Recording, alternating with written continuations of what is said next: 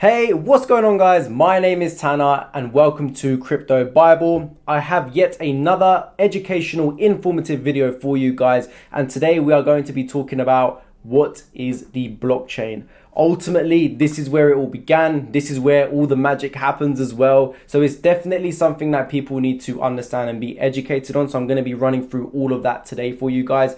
As per usual, please be sure to leave a like down below and subscribe if you haven't already. Make sure that bell icon is turned on so you are notified every time we upload a video. And also, as usual, this presentation will be available on our Crypto Bible website, where you are able to click on it and simply download it for yourself to read in case you've ever missed a video or you just want to go back to it. As well, you can find all of our uploads on there and all the recent news, so please be sure to check out our website. And without further ado, guys, let's get into it.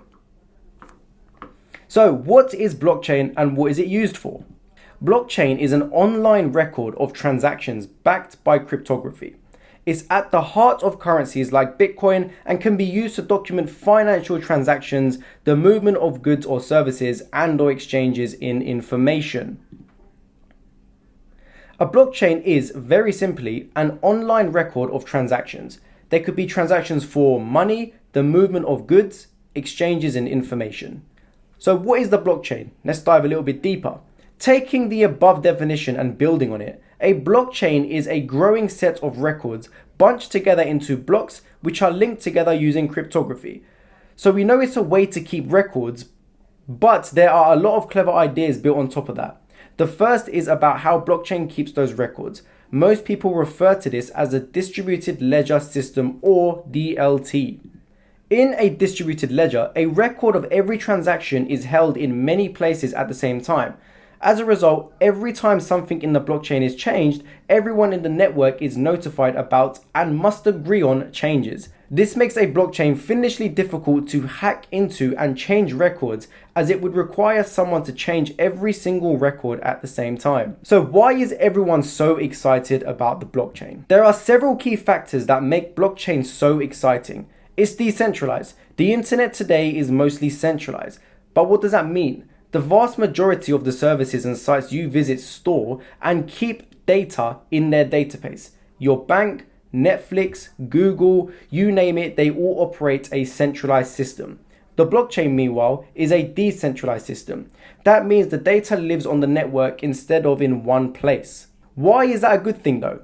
In the present centralized system, there are a number of challenges. Security: if these centralized databases get hacked into, they can expose all the data at once. We've seen that happen more and more recently. What about the cost? Building centralized systems is also often expensive, as a company needs to provide all the digital capacity to make a system run smoothly. And your data.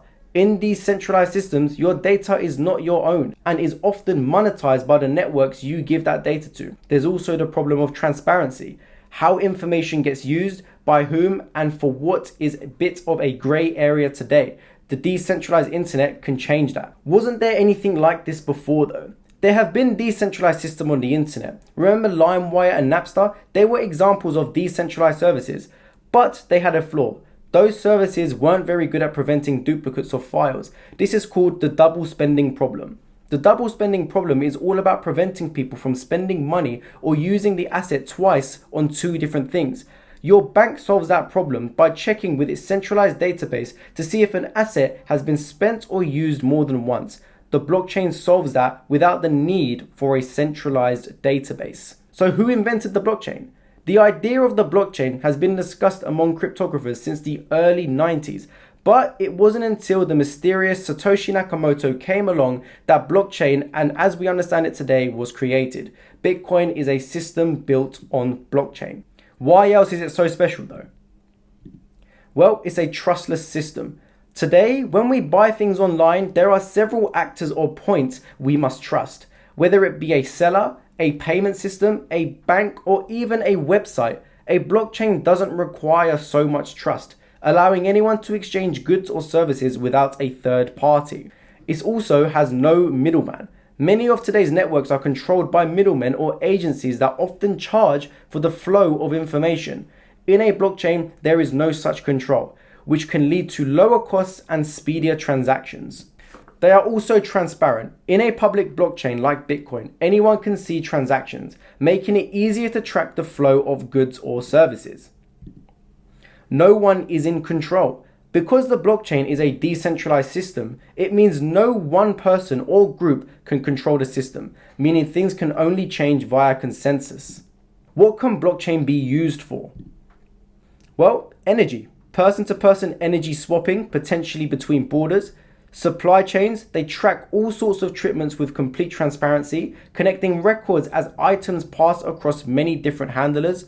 Open data marketplaces, so large open source platforms to exchange big data anonymously. Data is often described as the lifeblood of internet businesses. So blockchain technology could be used to increase speed and visibility in the public sector.